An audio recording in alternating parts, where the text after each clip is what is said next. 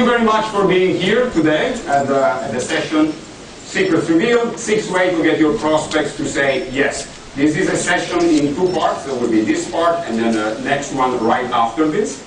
My name is Maurizio Basso. I've been with National Instruments for 20 years in all kinds of positions, from application engineering, sales, marketing, then sales director for China, Korea, and Taiwan, emerging market calendar and development director. And then since the beginning of this month, I went solo and I started my own company doing consulting on execution and general business matters. Fair warning, this is, between this session and the next one, it's a 1 full day workshop. So we're going to condense it in 2 hours, which means the speed is going to be not slow. So buckle up. And if you feel we are rushing, it's because we are rushing. Thank you in advance for your understanding. One more thing, obviously I'm not from the US originally, so my English is far from perfect. If something is not clear, it is my fault. Just raise your hand and I will repeat, and then we have a lot of English-speaking people here that might at the end translate in real English if it's still not clear. Okay? Ready to go? Let's go. No, if we can leave the lights on, that would be great. What happened here? Uh-oh. Can anybody check for the lights? Oh, wonderful. Thank you very much. Okay. The principles of persuasion that we're going to talk about today. An example that I want to give for setting the expectations. Situation, young monks talking with an elder monk. One young monk asked, "Your Holiness, can I eat while I pray?" And the elder monk says, "Well, this is very disrespectful. I am surprised you even ask something like this. Of course you cannot eat while you pray." The other young monk, much smarter, asked, "Your Holiness, can I pray while I eat?" And the elder is impressed by the devotion of this young monk. "Wow, of course. Think about praying even while you're eating. This is incredible. Of course you should do it." And this is a clear example that I like, because it gives a view at the power of the persuasion techniques. Obviously, the 2 people asked the same thing. Can I eat and pray at the same time? The way it's asked brings a dramatic difference in the result that you can get. There's no extra effort, no extra expense.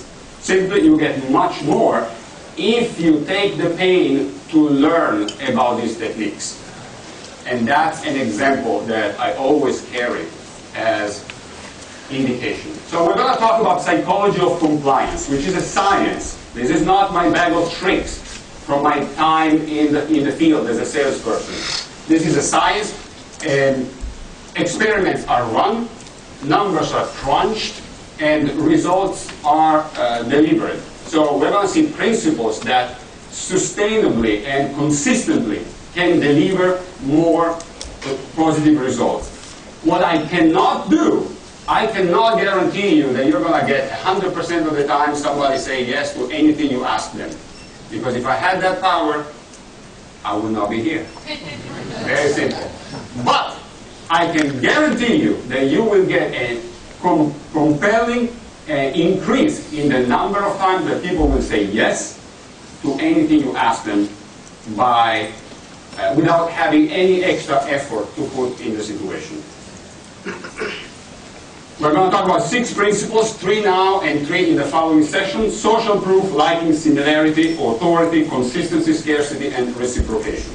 So 3 now and 3 in the next hour. Another example of the idea behind this is if you go to the airport here in the US, the bins for the security, where you put your stuff to go through the metal gate, and they are all stacked. And every few minutes, somebody from TSA, from the security, has to physically bring them to your side so that you can get one. Well, in some airports in Europe, they actually use a different system. They use gravity. So there is a slide, there is a rail. You get on the other side, you take your stuff out, you put it on the rail, it gets on the other side, nobody's involved, it works by gravity, it works every time. So this is another way to give you an example of the principles that we're going to study. Ways to exploit forces that are already in play that allow you to achieve what you want to achieve with a lot less effort. If you are interested in that. Of course, there's no obligation. If you are interested, these are the principles. And I want to give you some real answers, something that you can use right tomorrow or this afternoon. So questions like, if my product has a drawback, a product or service, should I share it with my prospect? Yes or no? And if the answer is yes, should I share it at the beginning of my presentation or at the end? This is real questions that you as a salesperson, marketing professional, you will have. If you have the chance to sell either top down or bottom up, which one should you choose? When a customer says, thank you very much, you really went beyond the call of duty, what can you say in that moment to lock in their credit, their gratitude that will serve you later in the future? If you have two possible solutions to propose, one more expensive and one cheaper, which one should you propose first? I didn't know when I was in the field, so depending on the day, I will start with one or the other. I'm going to give you the scientific answer. Following that sequence, either cheaper and then more expensive or vice versa, you will get more people to say yes. Simply getting the sequence right. And then when your clients or customers will ask for a discount, which sometimes I hear happens, what can you ask in return that costs nothing to them, but that is very important and very useful for you? I will give you also that kind of information. Between this presentation and the next, of course. Two warnings. These principles are very, very powerful. So, the pull of the dark side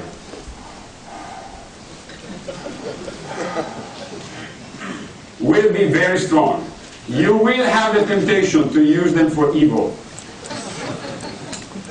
And the people that are smiling now are the people that are thinking about this. And I say to you, the immortal words of Uncle Ben of Spider-Man, with great power comes great responsibility. I am about to bestow on all of you great power, and I will not be with you all the time on your shoulder to say, no, no, no, no, don't use it in that way. Of course it's going to work, but you're going to regret it. So, remember those words. With great power comes great responsibility, and you have to be the one having the ethics. Like a superhero, you don't need to use your superpowers for evil. You can do so well just using them for good. Just enjoy them for good. Don't go to the dark side. Okay? And if we're clear on this, a second warning is these principles are very simple, but they are not easy. It's like, how do you surf?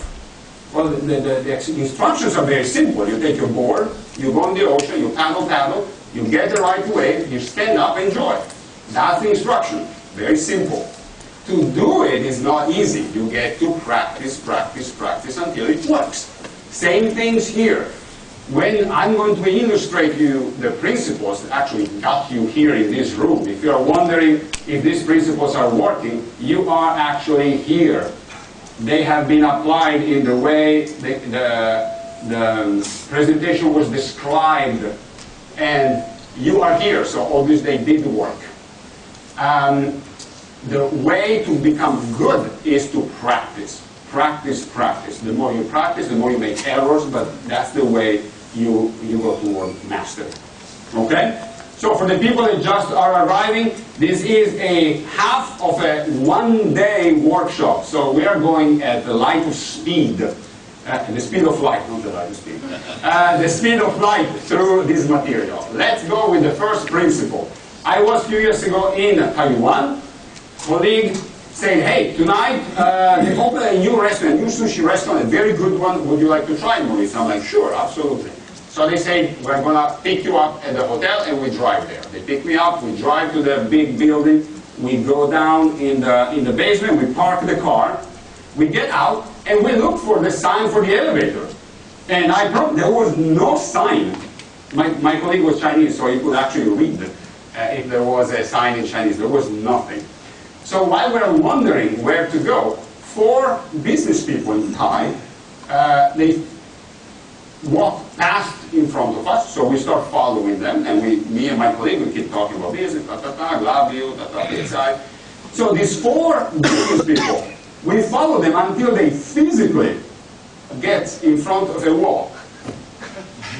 They turn around, they say something in Chinese, and they go in a different direction. At that point, we realized that they didn't even know where the elevator was. We just assumed that they would know. And that's a wonderful illustration of the first principle, that is social proof. In a situation where we are not sure about what to do, the social indication, the cues that we are getting from other people exert a very strong pull on us. This is especially true when we don't know about that situation, when it's a new situation that we have to face, a new type of choice that we never made before. That's when this principle has the strongest influence.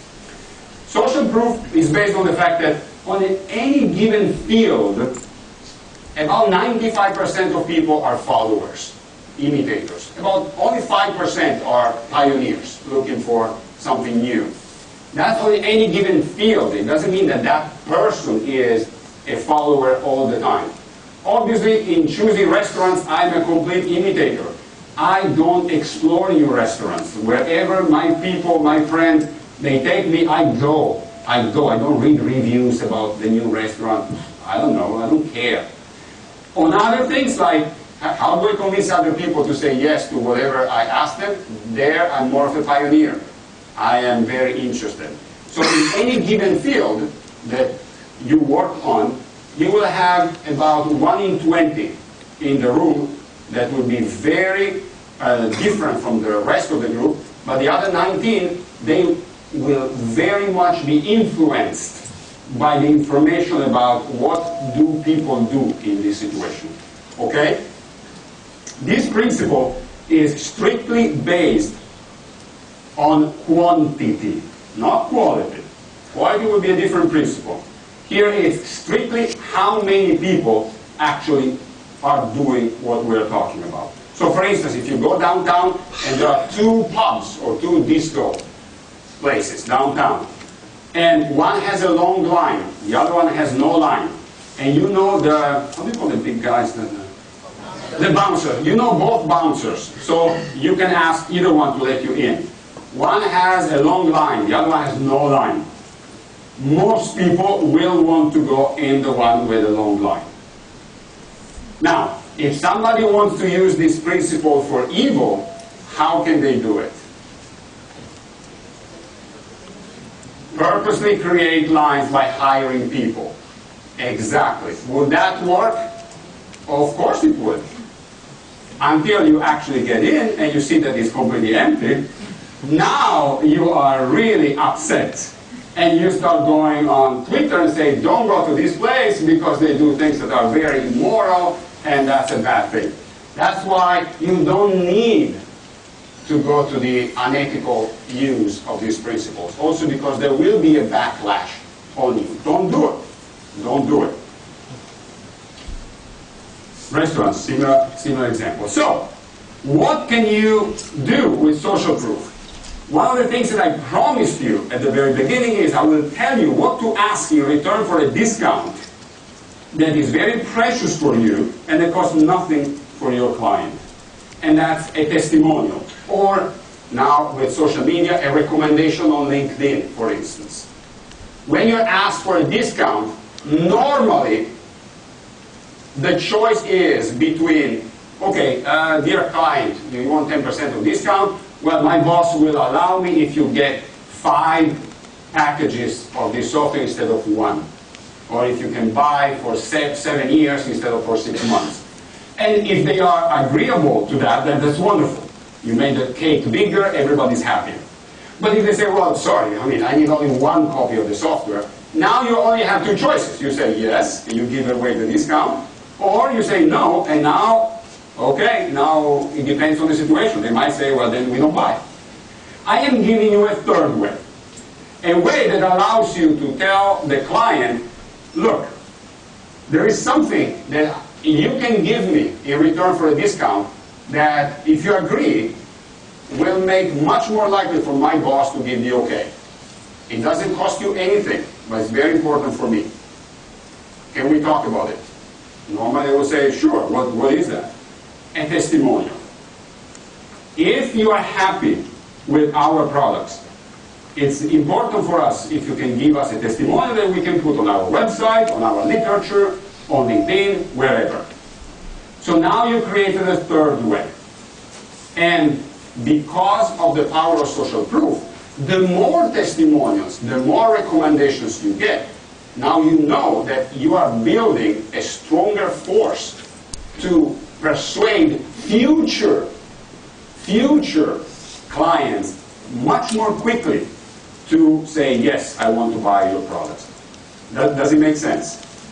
So if there is, for people that are standing there are room here, there are seats here, and I promise I will not ask questions to the people in the first rows. Actually, I tend to ask questions to the people standing in the back, just statistically.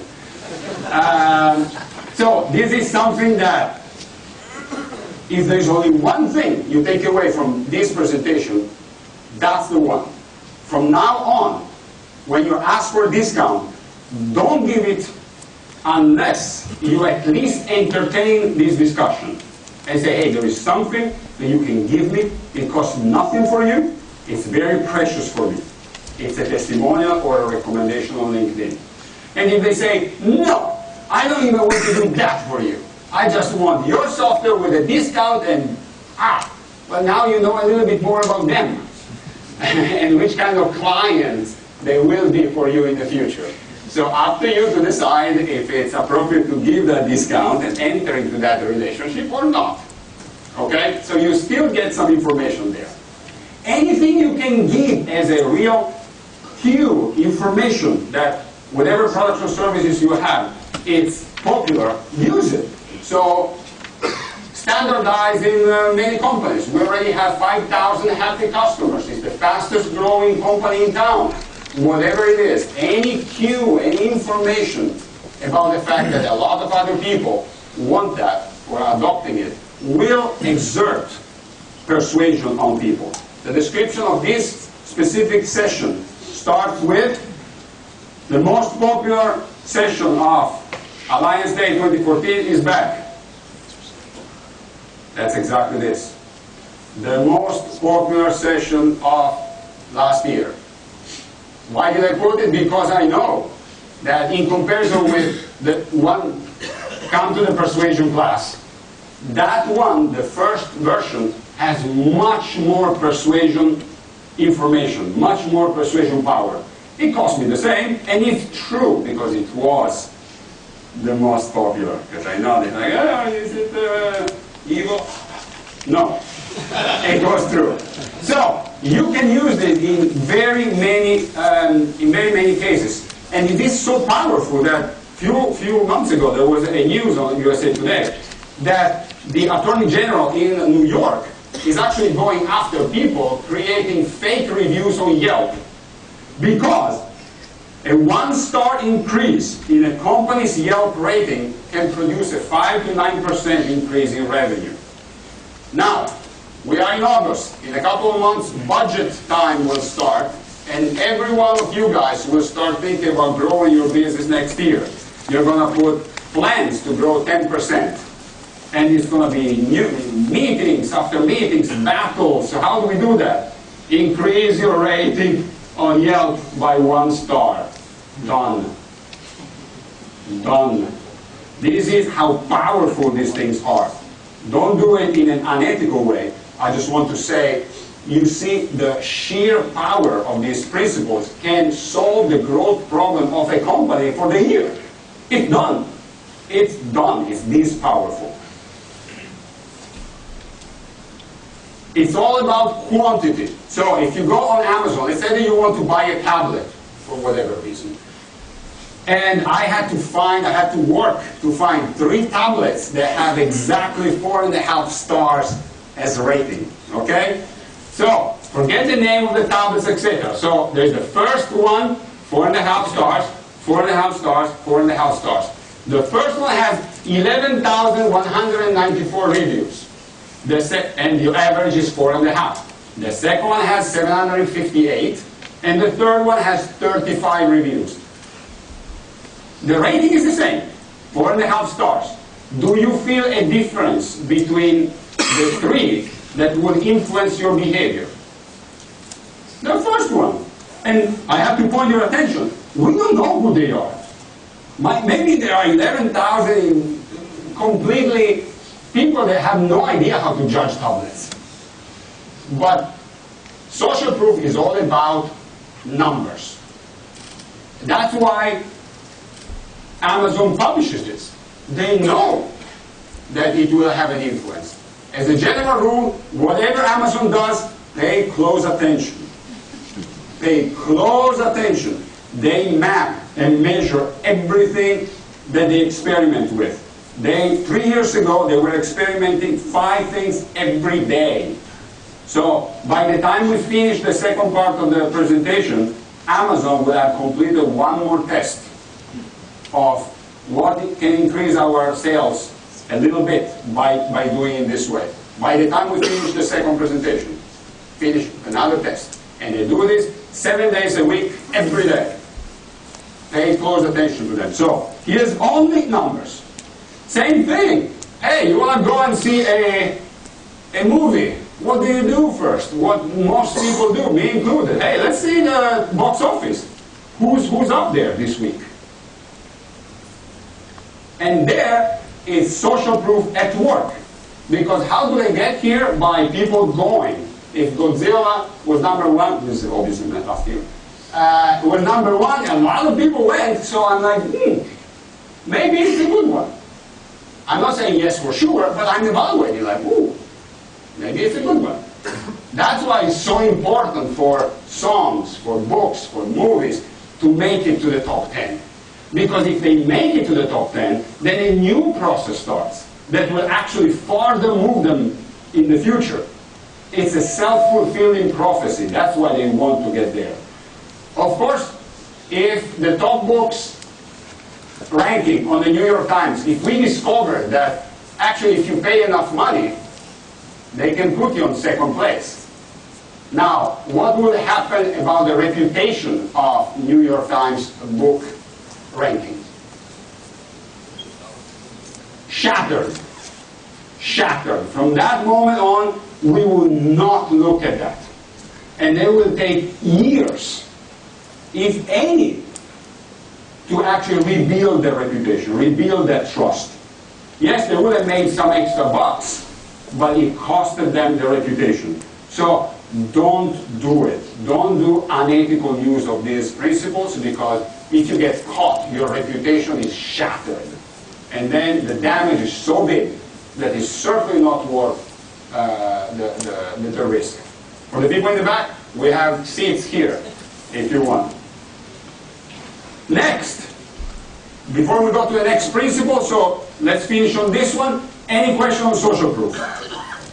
So if there's one thing you remember about social proof as a takeaway from here, action item from now on, what are you going to do? Ask for a testimonial. Exactly.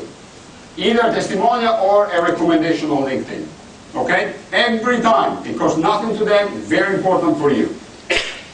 You go downtown. You park your car. Let's say it's in my case, I'm from Italy, northwest of Italy. Let's say that I go downtown, I park my car, I put a little money, and then I turn around, and there is one gentleman who comes and says, "Hey, sir, I forgot my wallet at home. Would you be so kind to please put $2 for my parking? That would be really helpful." And by the way, it's noon, so I'm kind of hungry. Would you be so kind to maybe get me a sandwich? Okay, depends on the day, you know, the probability of me doing it, not over 50%. Let's be charitable. Let's be charitable. Now, same situation.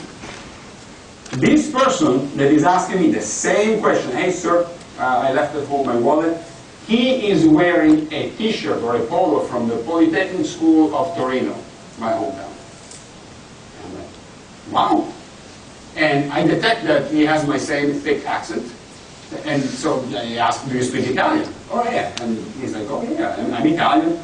And we keep talking. So, but you have the polo from Polytechnic. Oh yeah, I went there, years ago. I said I graduated from there. We keep talking. And basically we were at the school, at the college, at the same time, just in different classes.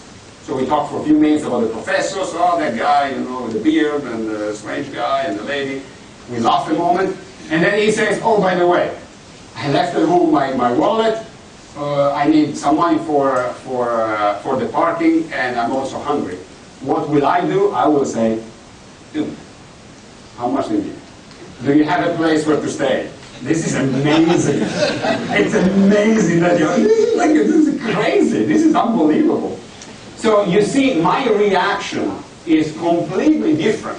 And I invite you to think about a similar situation for yourself. When you're traveling in a foreign country and you encounter somebody from your country, the reaction that you have is, oh my gosh, oh, you're from, I don't know, from the US, here in Thailand. What do you do in this remote area of Thailand? The way you bond with them will not happen if you met downtown Austin, because there are so many others that are exactly the same. The fact that you are there and you have something that is similar is the principle of liking and similarity. We are much more likely to say yes to people that are like us or that we feel they like us, meaning they have an interest, they like us as a person. This is very powerful. So, anything you can do to be a good detective of similarities will help you if you bring them to the surface. So you visit a prospect and you see that this prospect has pictures of skiing all around his or her office, and you are an avid skier too. Well then, if this principle is very clear, scientifically, if you bring to his or her attention, you ski. I like skiing too. Where did you go? And you guys talk a little bit about skiing. It's much more likely that he or she will say yes to whatever you ask.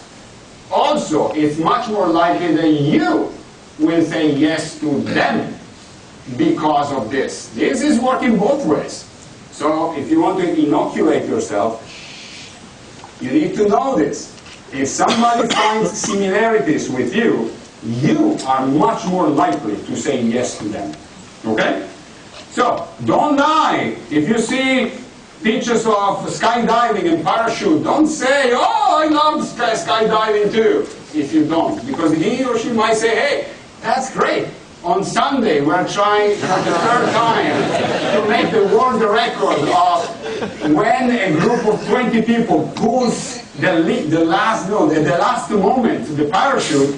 We failed a couple of times because people forget and they die. We miss one. Exactly. Now you have a problem. Now you have a problem. So don't lie. Use it ethically. But if it's there, bring it to surface. And now with LinkedIn, Facebook, Internet, Google, it takes few moments to simply go on the web and check if they publish information about themselves. Don't hire a private investigator. That is on the other border, on the other side of the law. Don't do that. There's so much information available. Do it because it works. And I have this example from Freakonomics podcast. They had an episode about how successful, how uncommonly successful are Lebanese immigrants in the world. So they have this episode, and they specifically talk about one gentleman, and in 1978, from Lebanon, came to the US. He had, in some way, I don't know how, a working permit. He did not speak English, only French and Arabic. he knew nothing about banking. And they say, hey, in just a few years, he built himself to be one of the most prominent directors in one important bank in New York. How did he start his rise into the company? They asked him, very nice person, and the next slide, there's a lot of words because it's the transcript. You can find it on the web as well. I will tell you the specifics. And they ask him, hey, how did you start your thing? Well, I opened the phone book and looked for Lebanese names. Okay. And what was your pitch to get them to switch bank and come to the bank that hired you? I would call them and say, I'm Lebanese like you. Do you want to be a client at my bank? That's the pitch. That was the pitch. That's the sophistication of the pitch. I'm Lebanese like you. Do you want to be a client at my bank? Done. And he got a very large number of people saying yes. And if I analyze myself, if I got a call from somebody from a bank different from mine, saying, hey, I'm Italian, and if they even came from Torino, from Turin, Northwest, hey, I just arrived here, I work in this bank, I see that you have an Italian name, I see that you come from Torino, I'm from Torino, would you consider being my client? I would seriously consider. I'm not saying yes immediately, but I will not put it down. I would say, let's talk. Why? Simply because of the similarities. For me, this was like, wow, what a great example. So, do your homework and bring up everything you can that is similar with your prospect. So, everything you can discover and bring up. Also, in terms of dressing, that's one of the most common questions that I get. How should I dress? Well, if you want to bring up and leverage the principle of similarity, then dress as much like your prospect as possible. If you want to appear at a different level, then it's a different story. We'll talk about that later.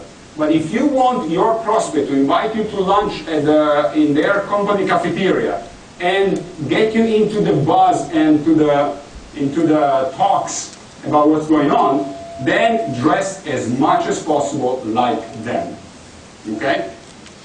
And then be generous with compliments, because if people perceive that you like them, they are more likely to say yes. And on this one, I get the question, well, how can you like somebody? Maurizio, should I fake it? No, don't fake it, because you're not as good as an actor as you think you are. Acting is very difficult. When you see a B-level movie, you cannot watch it for more than 5 minutes. John, stop threatening me. Why? Mary, come here. Oh my gosh, please. Give me something decent. Acting is very difficult. We are very good subconsciously at picking up incongruency. Oh, there is something. The voice is in this way, but the expression in the face is not showing the same sentiment. We just don't like it. So don't try to fake it. Angelina Jolie. I never thought I would quote Angelina Jolie in my presentation, but hey, you never know in your life. And they asked her, when you act, when you are taking a character, do you have to like the character completely? And she said, no, that's impossible. You cannot like anybody 100%.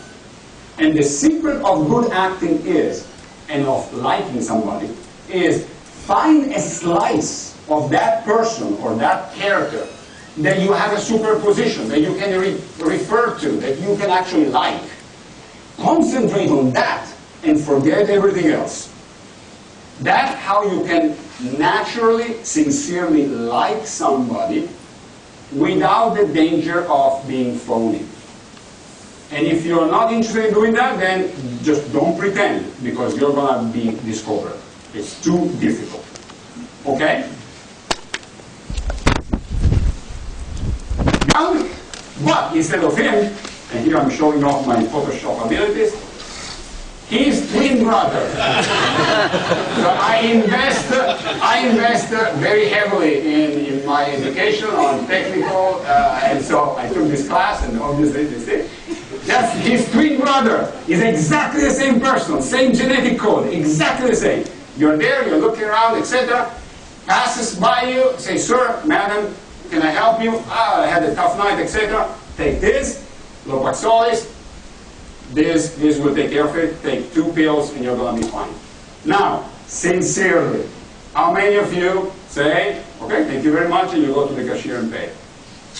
Very good. I give it 45%.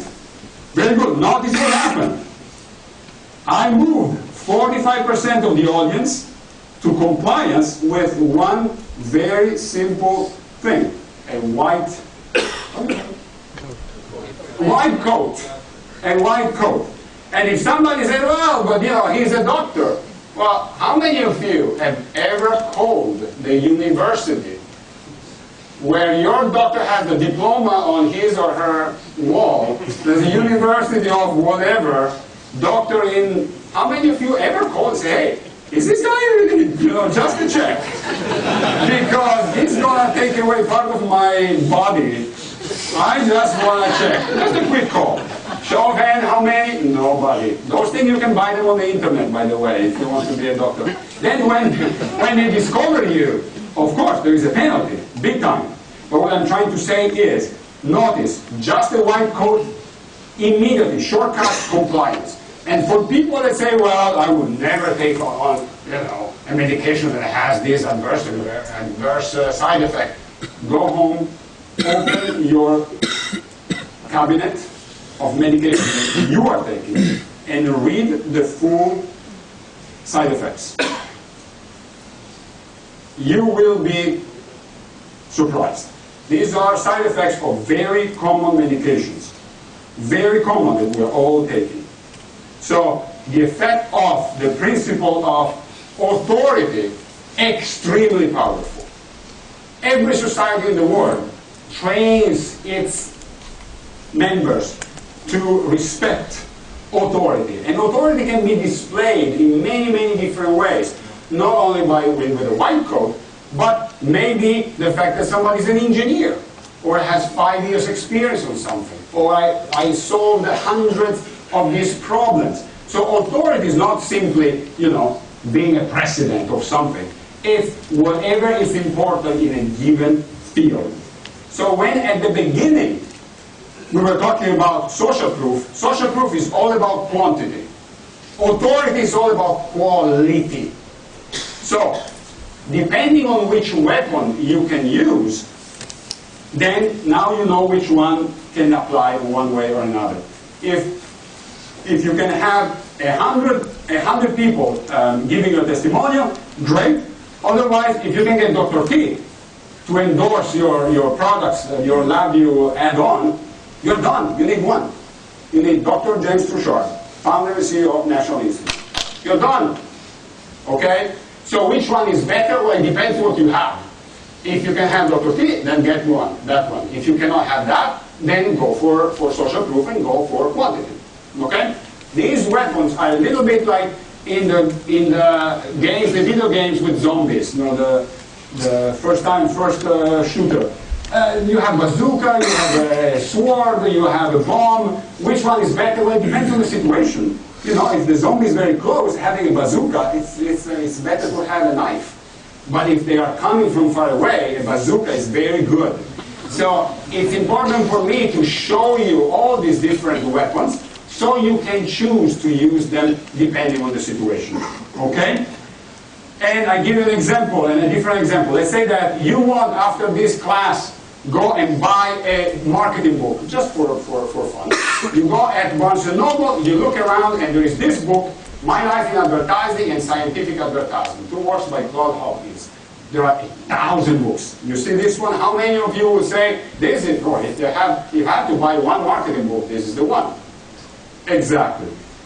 Let me tell you, David Ogilvy, the founder of one of the biggest advertising agencies in the world, he designed and created all those logos. He passed away about 15 years ago. He's a complete authority. He's a god in advertisement. And here, it's another Photoshop trick of mine. I covered this. There is written, nobody should be allowed to have anything to do with advertising until he has read this book 7 times. It has changed the course of my life. David Ogilvy. Let me repeat my question. How many of you will say, if I have to buy a book, I'll buy this one? I get, let's say, 85% of people. Notice what I did. I persuaded 85% of the room with 5 lines written by a dead guy. He is dead. I don't know you, but if I can get dead people to do the work for me, I like that. Okay? So, another message you can get from today, you can get dead people to work for you, if they gave you the permission to have the quote, if it's the right person. So, very important to realize how strong is the power of authority. How to use it, anything you can bring to knowledge about your authority in that field, bring it up. So a letter of introduction to your clients or on your website about your experience, written in a third person. Mary Tata started as a real estate investor, blah, blah, blah. Writing in a third person because in this way it doesn't sound arrogant. That's a little trick right there. If you have 10 years of experience in your field, and bring it to the knowledge of the person. One thing that I suggest to all of you, your testimonials, you have on your business card, you have one part of it that is a very precious real estate, which is the back. Write something there. If you've been in that field for 15 years, write it here. Write it here. Make sure that the person has the possibility, of seeing the back of your business card with some authority that is brought into bear. Okay? And starting, we don't have the time. Moment of power, I promised you, where if you have a flaw in your product, should you say it at the beginning or at the end? You should mention the flaw, and you should mention it at the beginning. So the structure of the sentence should be, this product is flaw, but, and then you follow with the strongest positive argument. Why? Because science is very clear. If somebody names a flaw, the trust in that person skyrockets from the people that are listening. Imagine you want to buy a used car, you go to the used car salesperson, which in the US is 99% is man, so I'm going to say he. You want to see a Toyota Corolla, say I'd like to see that one. And he says, 1 second, let me open here. Before you start checking the car, I just want to make sure you notice here in the back, there is a scratch on the back of the seat. The couple owning the car before had a kid, and the kid scratched the back seat. I just want to make sure you noticed it before you start. How many of you feel less trusting in that person? How many of you feel the same trusting? We got one person, that's okay. How many of you feel the same trust? How many of you still feel a little bit more trust? Wow, this guy, exactly. And by the way, what's the alternative? You don't say it, and when they discover it, they say, hey, what's this thing? I forgot. Forgot to tell you. There is a long day. You're gonna be caught, and you're gonna lose trust. Now they're gonna check if the engine is actually there. Hey, let's check the engine. This guy, I don't trust this guy. So you have a risk anyway. So turn the risk into a positive and reveal it beforehand. That's why at the beginning of this presentation I say, I cannot guarantee you 100% people compliance, but I guarantee that you will become much more persuasive than before. That's exactly this construct, and that's why I say it at the very beginning. Because I know that as soon as I say that, everything I say afterwards, your heart is open for me. I can shoot my best arrow, bam, goes right there, and you trust me because you should trust me. I'm a good guy. But I have to know the science so that I help you trust in me. So a CEO speech saying, I feel very good about the plan, but we have a long way to go. No, don't do that, please. Say, we have a long way to go, but I feel very good about the plan. the result is completely different for the investors that are listening to you. And I tell you from science. We're getting to the close of this first part of the presentation. Any question? Actually, we don't have time for questions. Actually, we have like 1 minute. We have one question. We have one question here. Can you just use the principle? Which principle? Your authority? No. Oh, we have no time for questions. No, I didn't use it. And if I did use it, it was subconscious. It was not intended. Thank you. Another question, actually. We have time. Amazing. I went so fast. This is not normal. Very good. Okay, so a couple of words about the company. I started at the beginning of this month. So I do consulting now and training and coaching and mentoring. And if any of you is interested in private consulting or in training and workshops on various business subjects that go from persuasion, obviously, and then management principles for the 21st century.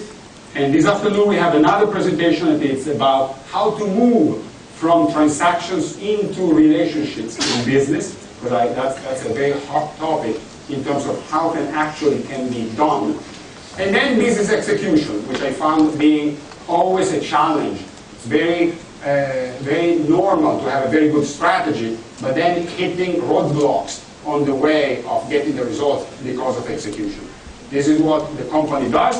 I thank you all very much for choosing this session, and I wish you a wonderful rest of the day.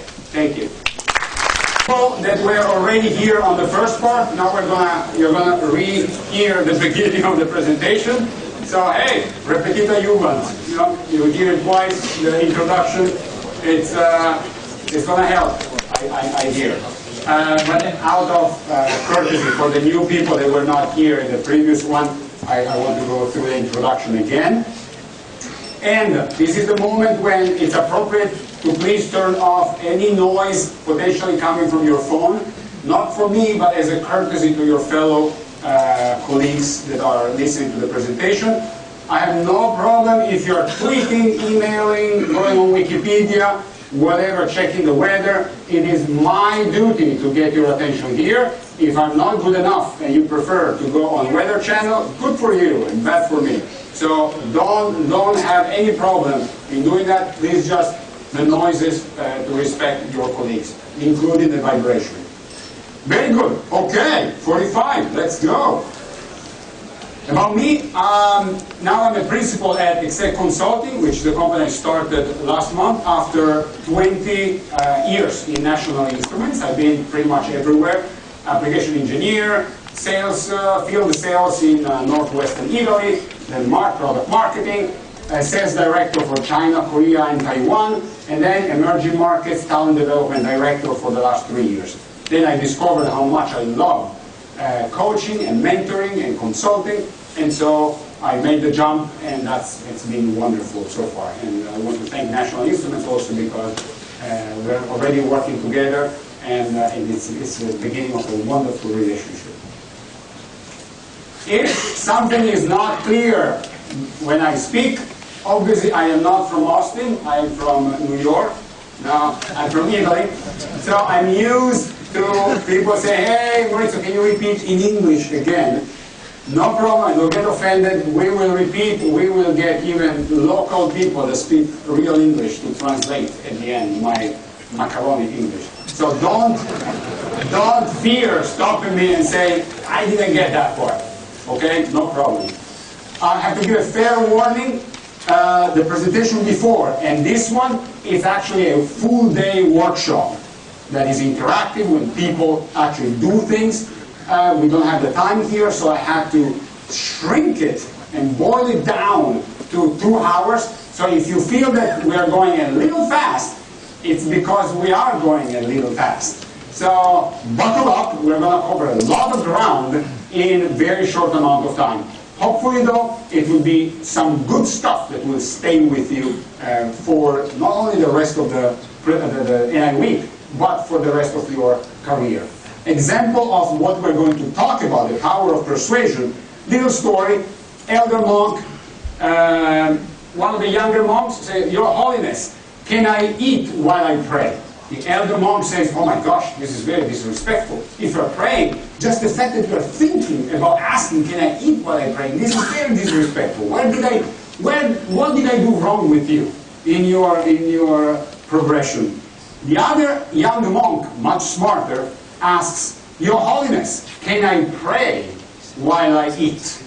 Ah, your devotion is off the charts. Young monk, you want to pray even while you're eating. This is incredible. You have a great career in our religion. This is wonderful. You can see that obviously they are asking the same thing.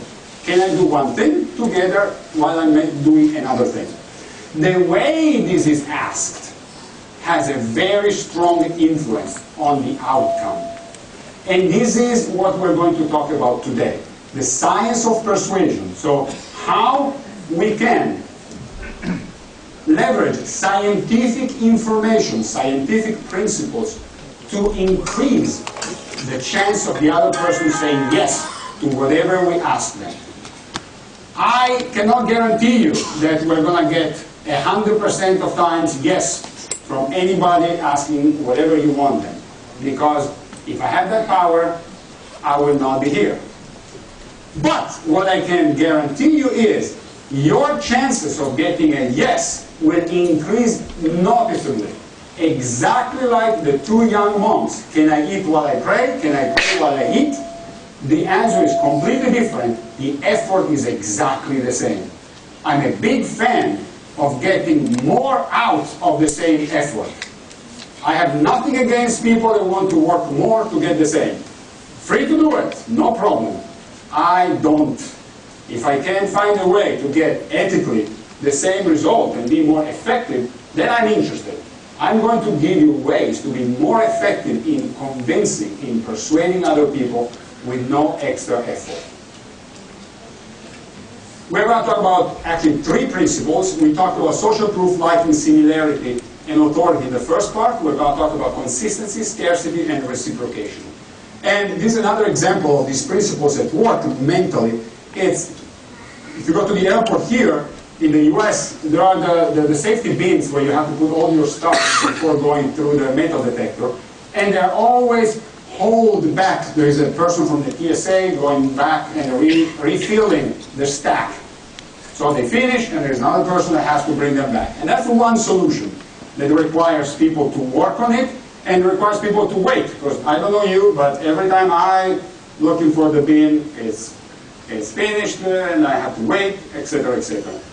A different way that I see in some European airports is the following. There are two little rails that go between after the metal detector back to before the metal detector. It's inclined, it's using gravity, which is a force that is there anyway. And you, as a traveler, as soon as you take out your stuff after you pass the metal detector, you put your bin up, and it slides very predictably back to the other side, and your fellow traveler after you can have it. No person is involved in the work. It was great. There's never a wait. As soon as it goes, it comes back. So again, that's another way of explaining. We are going to see principles that are equivalent to this. You're going to be able to do the same thing with a lot less effort and using energies and forces that are already in the air or in the brain of the people that you are interacting with. Okay? I want to share some very practical answers to questions that you will have as a business person. So, if you have a drawback of your product, with this one we already said it earlier. For the people that were here earlier, is it better to sell bottom up or top down? Always top down. Use authority in the other organization through the person that you are interacting. When the customer says thank you after you went beyond the call of duty, what can you say to get the credit for future use? We're going to explore it right now. If you have two possible solutions to propose, one more expensive, one cheaper, which one to present first. We're going to see it. And when asked for a discount, what can you ask in return? We already saw this, and people that were here in the first part, what do you ask? A testimonial, or a recommendation on LinkedIn. Very good. And I have to give 2 warnings. These principles are very powerful. So, the temptation of the dark side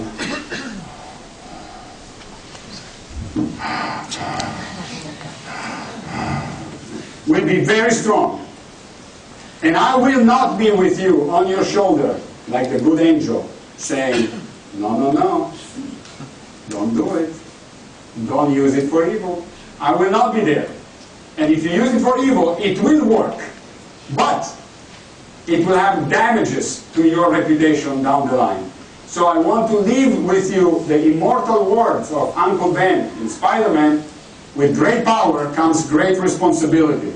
And I'm about to give you great, great power that you have to use ethically and responsibly, because I will not be there with you. And you don't need to use it unethically.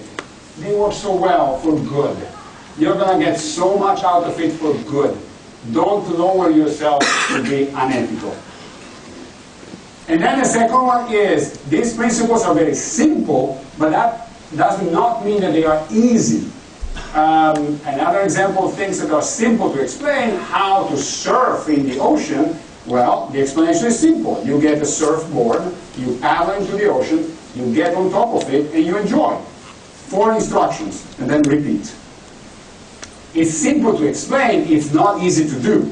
That's the difference. So you will hear the principles, and you will hear, and you will feel, oh, this is easy. No, it's not easy. It's simple.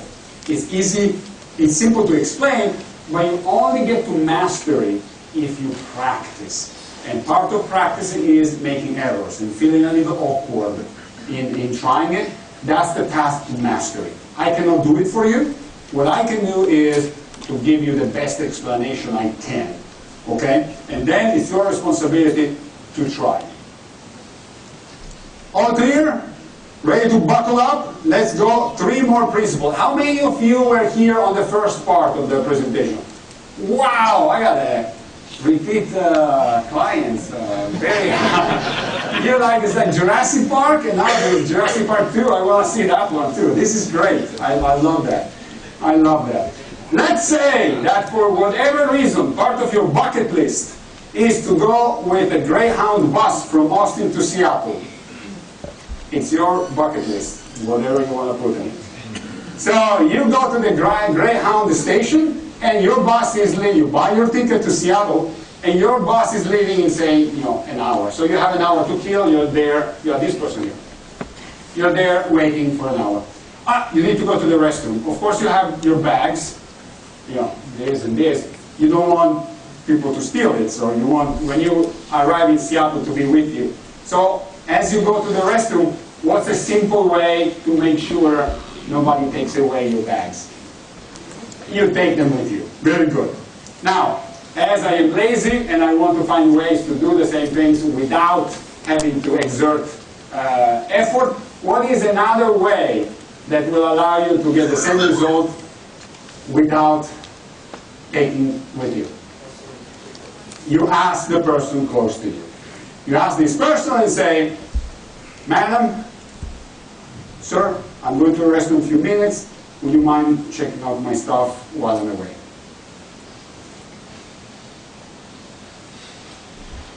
In the US, I have to say this because I have to be precise. In the US, if the person goes to the restroom and somebody goes there and tries to take the bag, that's the experiments that they do to prove these principles. So they have a confederate, okay, now go and steal. Let's see what happens. The other persons, do they say something, even if they have not been asked? Do they say something? Hey, sir, do you know the person? Here in the US, about 50% of the time, they, 50%,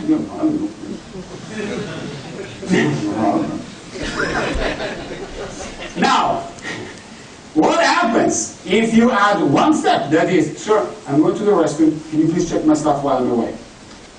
Okay. If you add this extra step, this percentage, about 50%, shoots up to which percentage in the US? 100%. In the US, you are virtually sure that the person will intervene. Hey, hey, hey! Now, of course, if the thief is very quick and runs away with a Segway, okay, that's a different story. Oh my God. But in a normal situation, somebody approaching, hey, what's going on? You know, they told me. So, it's very important. First of all, if you go to the swimming, if you go to Barton Springs, now you know that putting your, especially for the guys, putting your wallet in your shoes is not an original thing. People know that they are there. What actually works is actually asking the neighbors, we are going into the pool, can you please check our stuff? That one works. Hiding it in the shoes is not original. Ask the person and they will check and they will intervene.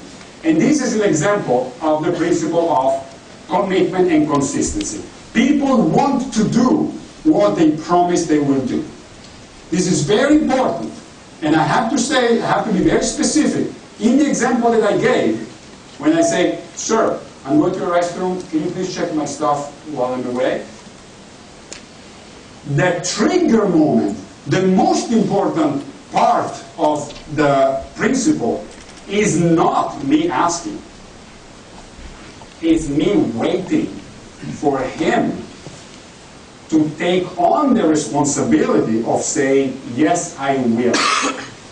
Because if I say, sir, I'm going to the restroom a few minutes, can you please look after my stuff while I'm away? Then he is not feeling, the principle is not being triggered in his mind. The switch has not been flipped. Only after the person explicitly says, yes, I will, then in the brain, there is a little, we're almost engineers here, there is a little program in the BIOS of all the people here that you can access with the right words that says, oh, if I say that, I know I should do it. Oh, if I say that, now I should do it. The trick is you have to make them say it. If you don't say it, the BIOS routine does not run. They don't feel obligated. This is very important. Does it make sense? So, another example. I was in Washington, D.C. with my girlfriend. In Washington, D.C., they stopped selling alcohol at midnight. It was a Friday night. It was 15 minutes before midnight. We're thinking, hey, maybe we can get a bottle of wine before they finish. Oh, great, let's run down to the supermarket. We go around. We go, we grab the bottle. We go toward the cashiers. 2 cashiers open. Now we have to pick the one that will get us through by midnight. One is very long. The other one, there is an elderly person that is being scanned. And then there is a big guy, and then us. So we go in that one, and then there was like 10 minutes, 8 minutes. So we wait for a moment. The elderly is taking longer than expected. So I'm like, hey, maybe we can ask this guy if we can go first, as we have one. And she tells me, obviously, you don't live here. This is not Austin. They will never let us through, this guy. There's no way. So I'm like, okay, well, let me try. So, sir, what do you want? Well, I was, thinking, we have alcohol. It's almost midnight. It would be great if we could go first so that we can make sure. Don't shut up. You're going to make it. Just wait. Okay? To which my girlfriend is like, I'm like, okay, very good. Couple minutes pass. The elderly is about to finish, but not finished yet. So the guy realizes that actually he will, if he goes first, we will not make it. So he turns around and says, okay, you guys go ahead. And I acquire instantly the power of God in the eyes of my girlfriend. And I say, oh my gosh. And I'm like, yes, because my strategy using the principle of commitment was not to hope that he will let us through. Even if he let us through, that's great, I take it, that's icing on the cake. That was not my intention. My intention was to put a time bomb. And then like a ninja. Wait. Couple minutes, it's gonna go off. Because he said, shut up, you will make it. That's all I need. Now I can just wait. And sure enough, the bomb went off. He turned around, and without us having to ask anything, he volunteered us to. Okay? So it's very important to understand the subtlety of this. It's not about, hey, can you do this, etc., and then you go away. No. The point is in actually getting people to say it. And it might appear like, oh my gosh, this is an extra step, Maurizio. Yeah, but if you want the principal to be at work, you got to do it. The alternative is you are happy with the normal percentages. And that's okay. But if you want this principal to be at work with you, you got to do the extra step of asking. I get a lot of people saying, Maurizio, how do I get my team members? I ask them to send a report by Friday, 50% of the time arrives, and well, one technique to try is in the previous meeting when you guys had, and you say, hey, by next Friday send me the report, add one step. So guys, by next Friday send me the report. Very good. Can I count on you sending it? No. Very good. You say no. Great. Now we can have a conversation right away. Very good. Wait for after the meeting. Can I count? Can I count? Yes. Yes. Very good. Is it going to guarantee 100%? Of course not. But I promise you, in comparison with you saying, hey guys, by next Friday send the report, I promise you, the percentage of compliance will be so high that you will be one of those people sending me emails saying, how do you do this magic? This is unbelievable. It's not unbelievable. I have no magic powers. These are principles like gravity. If you know that if you know that air is here, then you can build an airplane and you can actually fly because you are on this thing that is air. But if you don't know that air is around, you cannot build airplanes. I am telling you there is air. Now you can use it and you can do amazing things with them. So this thing about the report is a constant thing that comes back. And one simple thing that I suggest is simply go person by person. Can I count on you? Can I count on you? We'll talk later. Can I count on you? And that's it. You don't have to be authoritarian. You're just asking for a public commitment. Does it make sense? Very good. Next. Restaurants. Restaurants have a similar problem.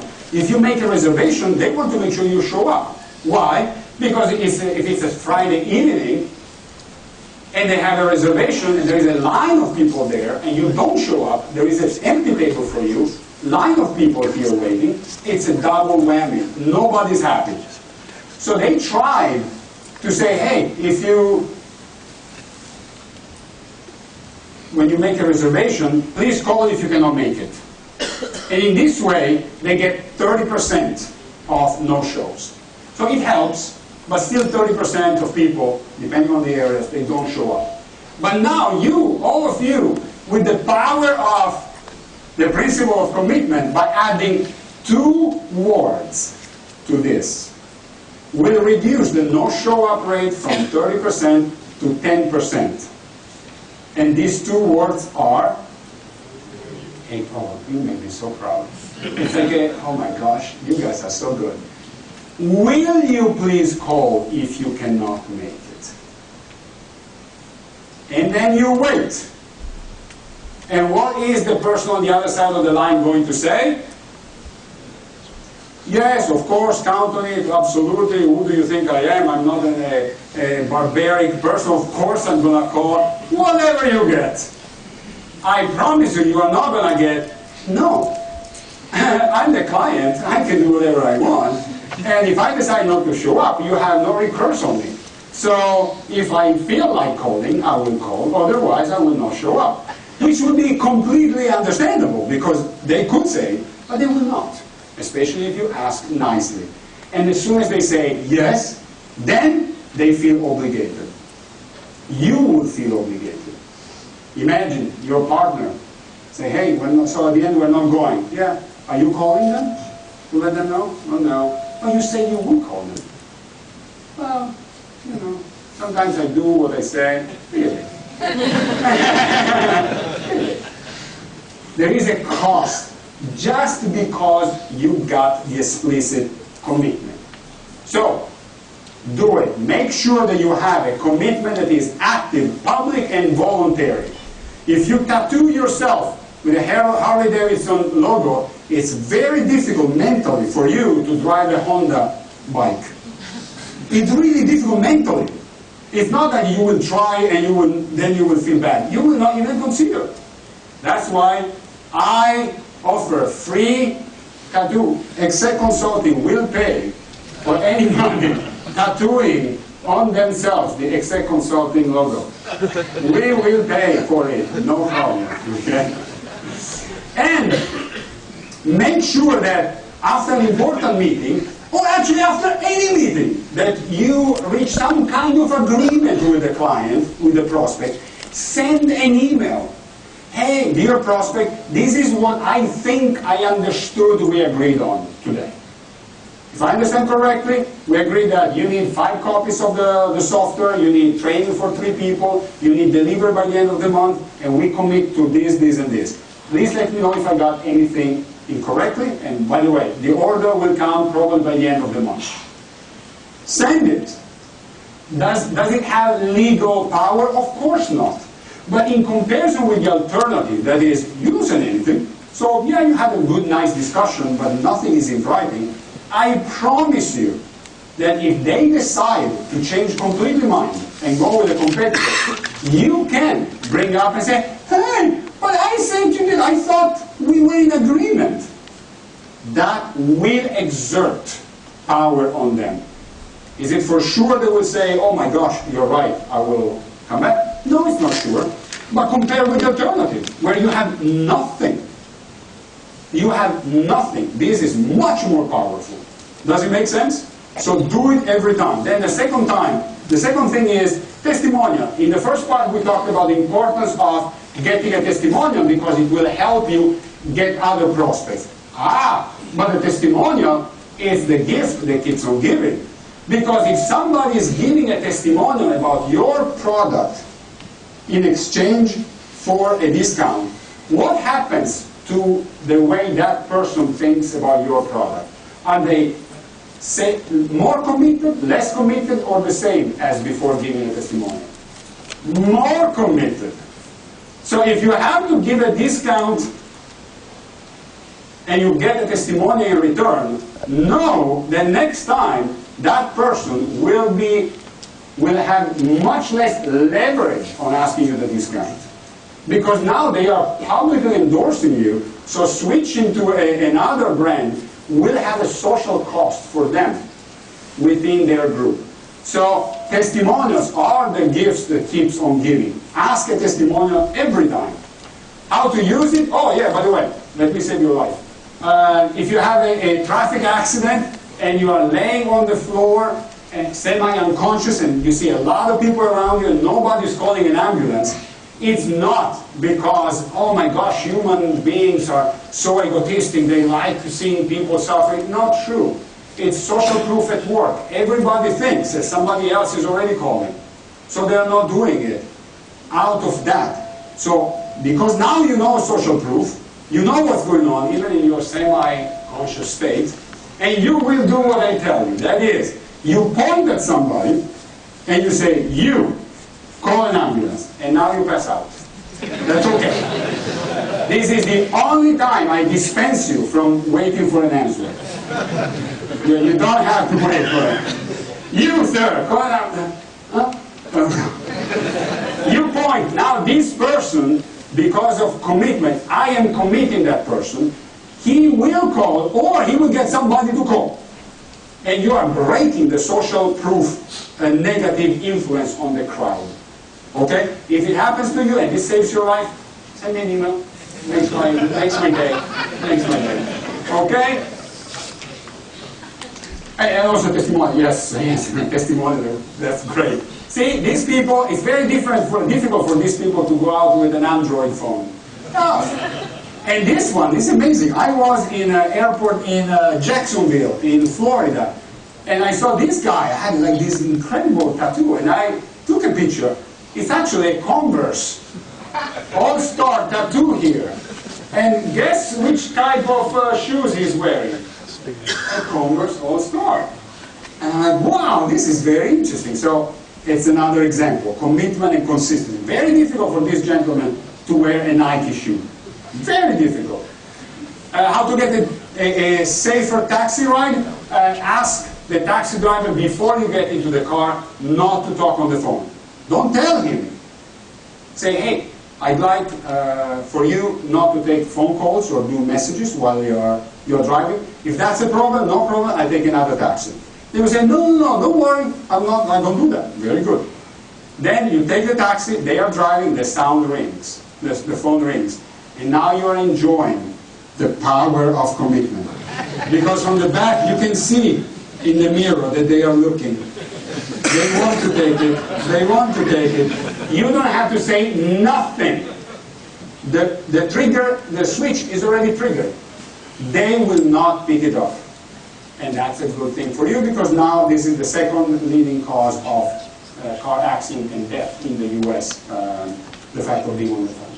So, another way to get people committed is to give them a reputation to live up to. So you tell them, hey, as you are a very skilled person who wants to always learn new things, would you like some feedback? It's very difficult for that person to get out of this. Because the only way is say, no, I am not a very skilled person and wants to always improve. I'm kind of lazy and I want to stay where I am. So please no feedback. It's a way to actually get people to go in the direction that you want without having to be dictatorship-like. Well, about the end, sorry, I told you, we're going fast. End of the commitment consistency. Is that clear? You've got to give to get a consistency, a commitment from them in writing, in speaking, in words, in acts, in any way that is public and voluntary. That will trigger in them this little routine that will keep them doing what they promised to do. If you don't ask for that commitment, then they are free not to do it. Okay? So the price you have to pay to use this principle to your advantage is you got to do the step. You got to do the step. The report for next week by Friday. Can I get the report? Hey, we got consistency, commitment. Now we got it. I know that he will send it to me. Very good. We go to the next principle. October 24, 2003. 250,000 people around the London Heathrow Airport. Complete stop of all the traffic. What happened that day? I gave this presentation to literally, at this point, tens of thousands of people. I've been doing this for years.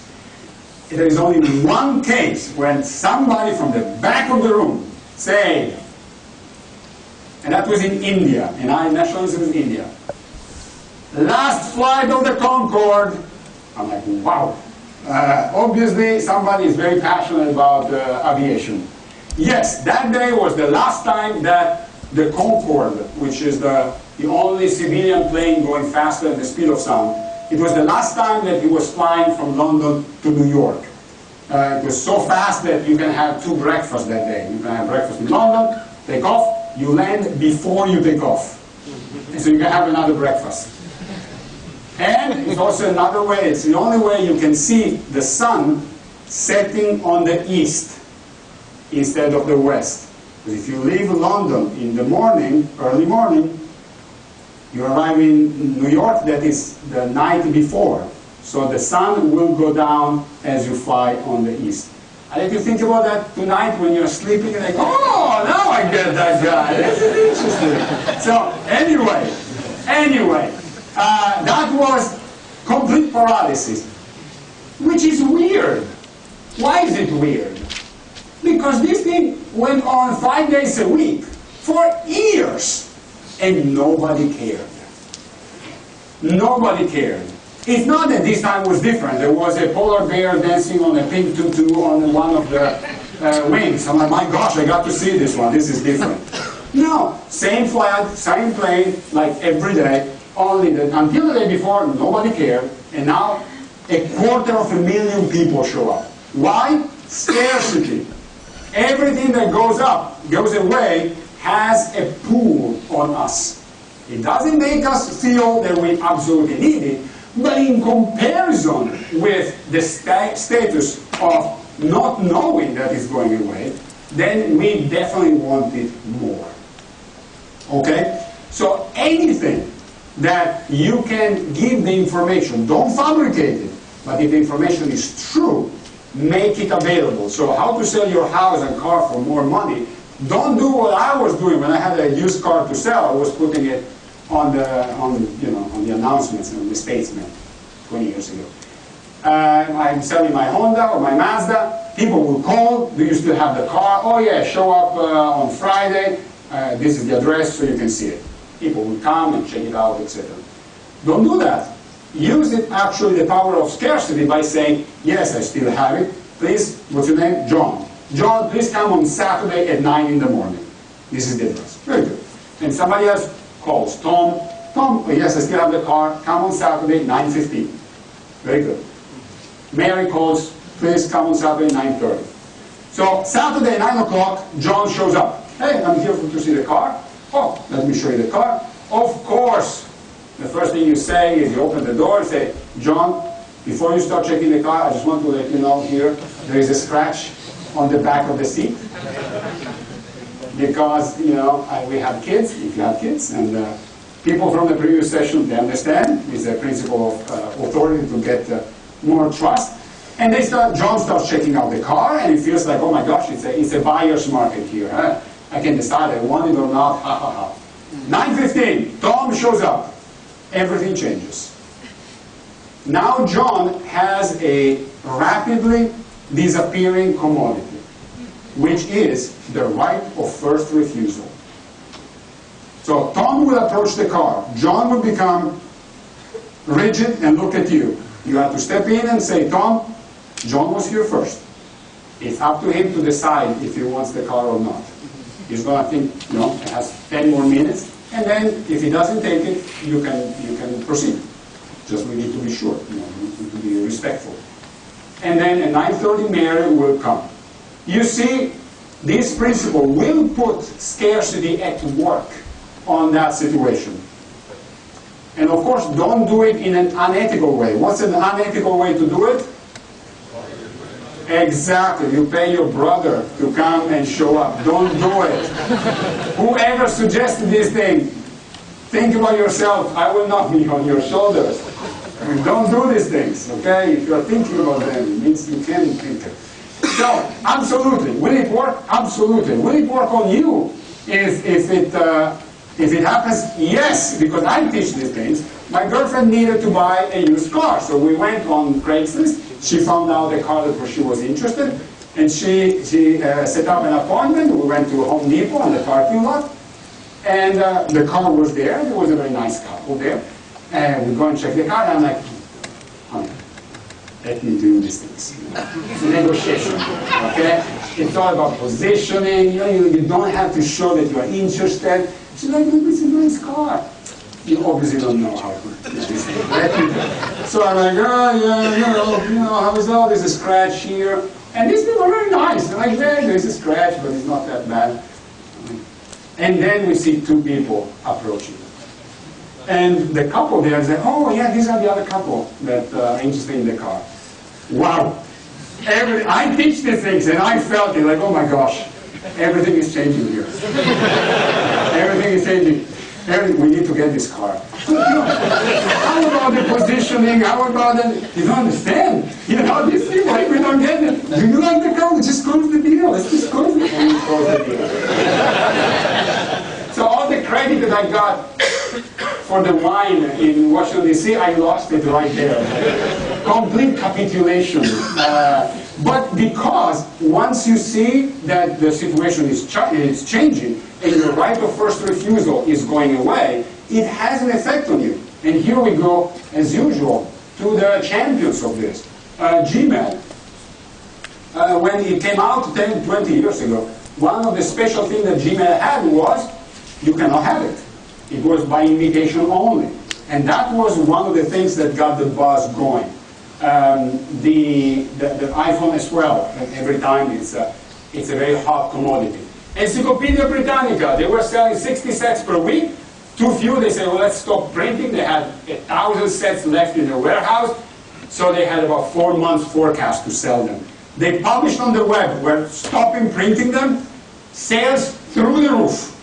Through the roof. Sales increased 3,300%.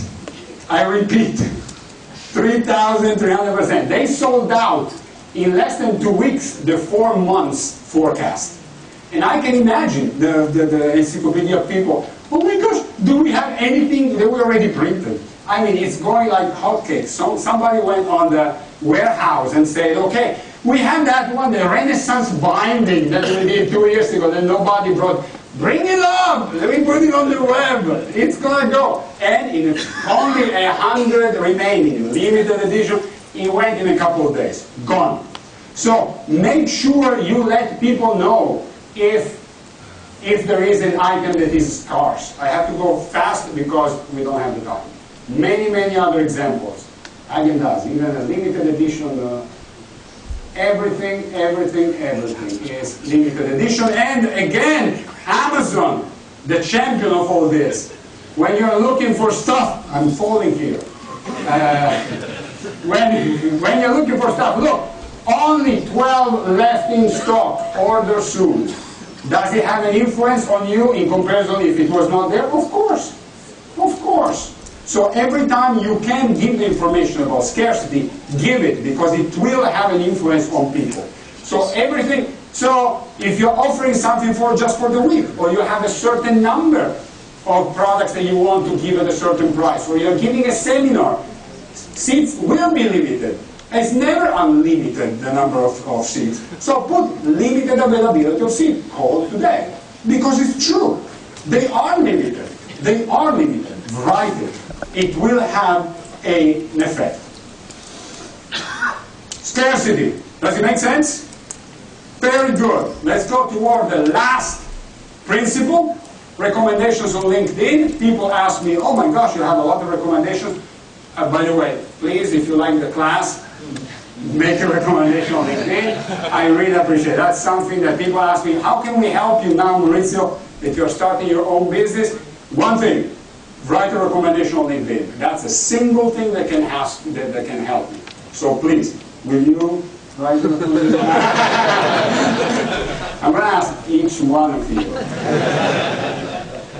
But yes, I will really appreciate if you could write a recommendation on LinkedIn. That really will help me. And in return, I'm giving you how to get more recommendations. That is, you write a recommendation to colleagues that you know. In that way, they feel the need, the desire to reciprocate, and they will write a recommendation for you. And this is the old principle of reciprocation, which is the last principle that we cover today. Every society in the world trains its members to reciprocate. Since you are a kid, you are in kindergarten, you are eating cookies, and somebody shared with you the orange juice.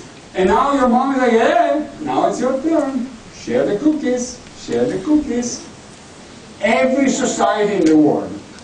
And humans are one of the only 2 animal species that have the concept of reciprocation. Meaning, if you do something for me, I will remember, and later on, I'll give back. Later on, I'll give back. So 2 animal species. One is human, and the other, of course, is not monkey. Elephant? Elephant, no. Vampires. I mean, like, not Dracula, like, I mean, like vampire bats. They are the only other species that have the concept of reciprocation. So if one bat, one night, is hungry and the other one found a dead goat with a lot of blood, he will share the blood with that one, even if it's not in the same family, even if they're not blood relatives. That's a cheap one, I have to say. They're not blood related. And that one that received the blood, later on, days, months later, if the situation is reversed, gets the blood and gives it to the other. How do they know it? Because there are people in the world, and I love the fact that humans are so different, they love spending nights filming bats in caves with infrared cameras and tagging them to recognize them. So they actually proved that it's the only other species that we know of that has the concept of reciprocation. So, very important for reciprocation that you have to go first. Reciprocation is not a commercial exchange. So let's say that I would like to receive more birthday gifts on my birthday, April 17th, by the way. One way I could go about getting that is to go, what's your name, sir? Bushan. I say, Bushan, how about this? I have an idea. So we get more birthday gifts. From next year, on your birthday, I give you a gift, and you, on my birthday, you give me a gift. What do you think? And now, he's going to have some questions. Like, okay, well, that sounds okay, but like in person, do we do it in person? I mean, how big is the gift? I mean, you're going to send me a big gift, a small gift, and we can, this is a negotiation because it's a commercial transaction. But I can take a different approach, and this is reciprocation. When is your birthday? Not a year. October 4th, I come and say, hey, happy birthday. Now, he's going to think two things. The first, Maurizio is such a great guy. Wonderful guy. Second thing is, when is Maurizio's birthday? Because he now will want to reciprocate to me. See the difference? If I say, you do this and I do this, it's a commercial exchange. And that's okay. But it obeys other rules. We engage it if we both agree. The reciprocation one, it's amazing because the power is in the giver. You started. You started. You remember when you get a Christmas gift from people that you didn't buy a Christmas gift? Huh? How do you feel? Like, what are we going to do now? Yeah, there's no way to escape that. The power is in them starting. So, if you know the principle, you can use it for good to start a reciprocation chain. So, the principle is, let's see, when entering a room, today I'm particularly inspired, don't ask what other people can do for you, but instead ask, what can you do for other people? Okay, that's a good talk. Yes, so the principle is, when you are getting into a room, don't ask, what can I get from these people? But say, hey, what can I do for them? Because in this way, in a sincere way, in a sincere and human way, you can start a chain of reciprocation. So, hey, maybe one of your prospect or clients is dealing with a problem that is not about your products. You have nothing to sell them, there's no interest. And you're reading an article that you feel like, oh, this seems to be something related. Send it to them. Say, hey, I saw this article. Obviously, nothing related to our stuff. I thought you might be interested. I thought about contributing it. It's a nice gesture that will trigger reciprocity. They will want to give you something back.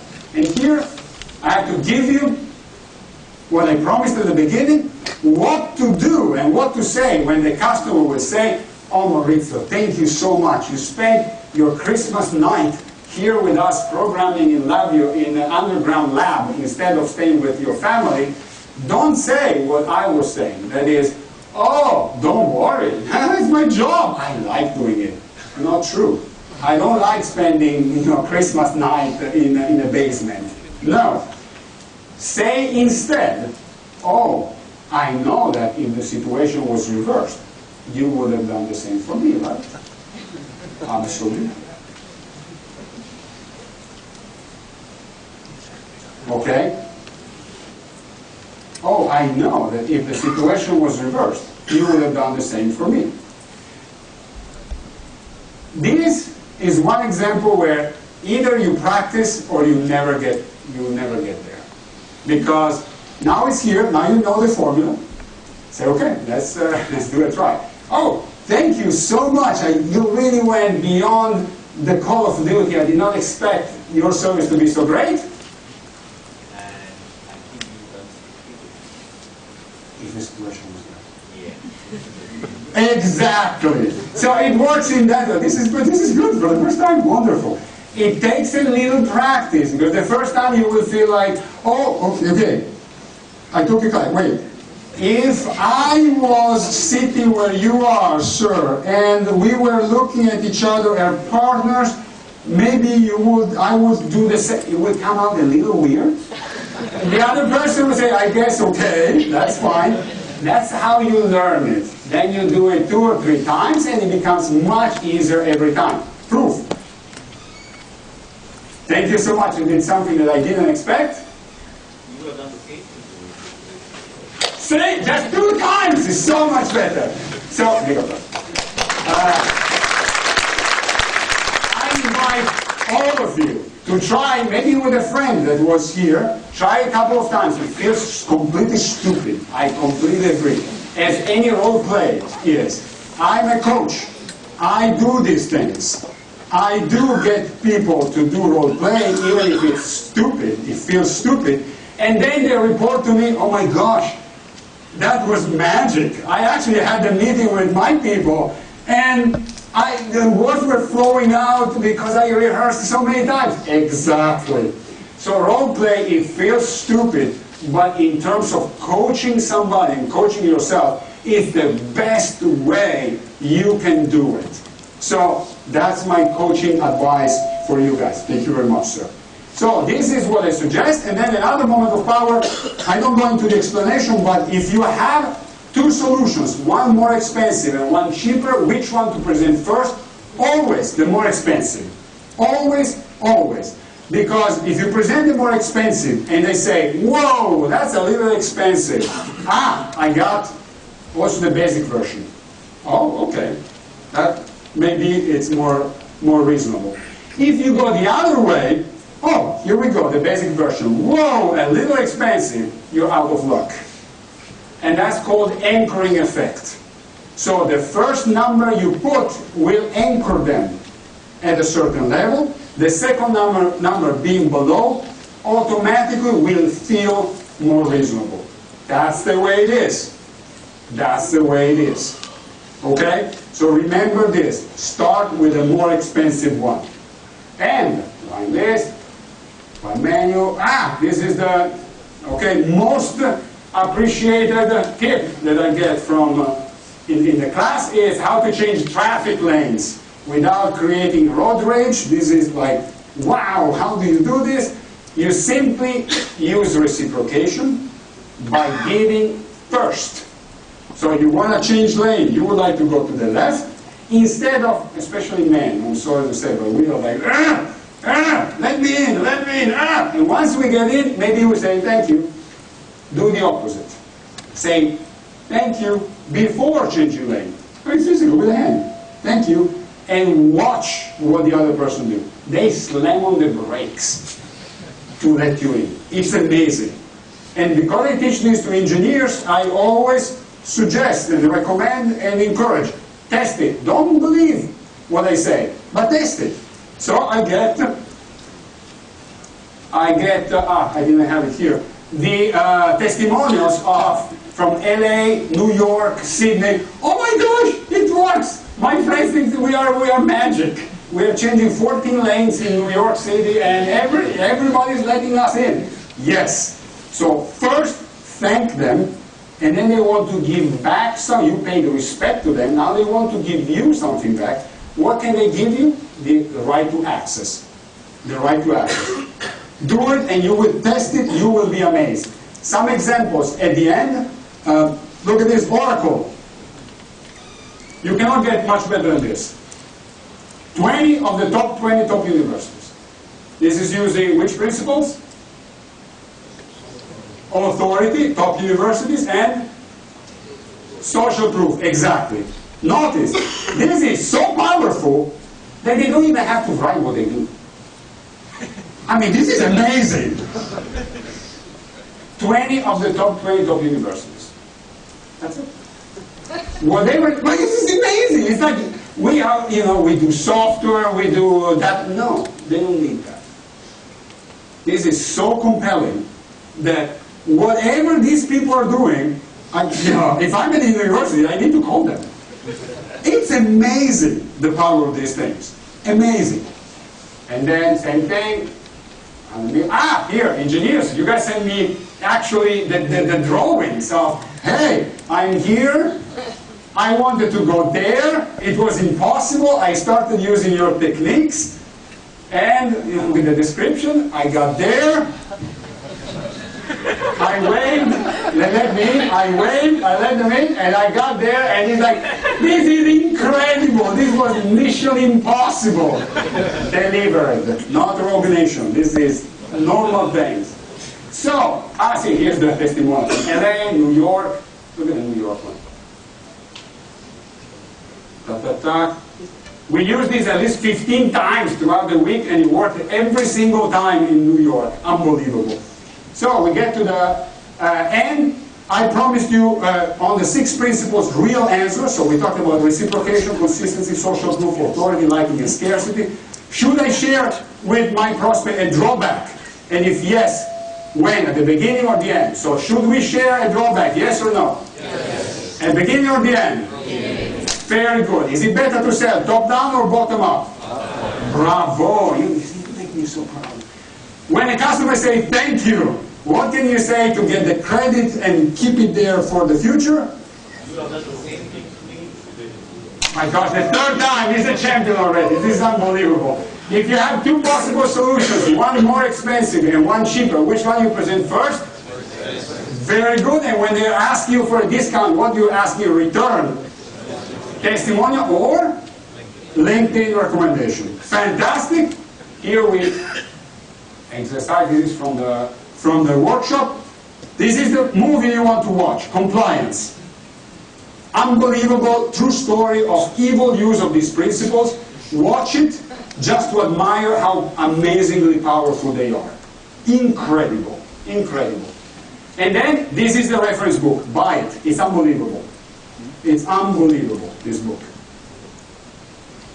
And for the people with French speaking, there are a couple in French that are scary good as well. About my company, and most of you guys were here already before, so you heard it. I do consulting on many topics about business, training, workshops, and of course coaching and mentoring, but in this period, that part is completely full. And at this point, I say thank you very much. It's been a pleasure.